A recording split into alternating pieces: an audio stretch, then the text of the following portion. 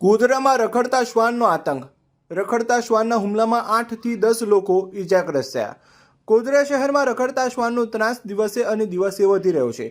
આજરોજ ગોધરાના કુબા મસ્જિદ અને હુસેની ચોક વિસ્તારમાં રખડતા શ્વાને એક સાથે 8 થી 10 જેટલા લોકોને બચકાભરી ગંભીર ઈજાઓ પહોંચાડી છે. આ ઘટનામાં બાળકો, મહિલાઓ અને યુવાનો પણ શિકાર બન્યા છે. સ્થાનિક રહીશોના જણાવ્યા અનુસાર આ રખડતા શ્વાનો અચાનક હિંસક બન્યા હતા અને રસ્તા ઉપરથી પસાર થતા લોકોને નિશાન બનાવ્યા હતા. શ્વાનના હુમલાને કારણે વિસ્તારમાં ભયનો માહોલ ફેલાયો છે. શ્વાનના હુમલામાં ઈજાગ્રસ્ત તમામ લોકોને તાત્કાલિક સારવાર માટે ગોધરાની સિવિલ હોસ્પિટલ ખાતે ખસેડવામાં આવ્યા છે. આજ રોજ ઈદે મિલાદુન નબીનું જુલુસ હતું.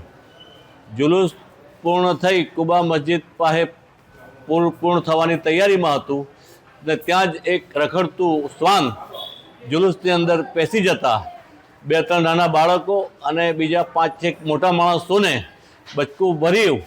તો આજે તાત્કાલિક આ લોકોને ગોધરા સિવિલમાં ટ્રીટમેન્ટ માટે લાયા છે. 7-8 જણ છે ટોટલ.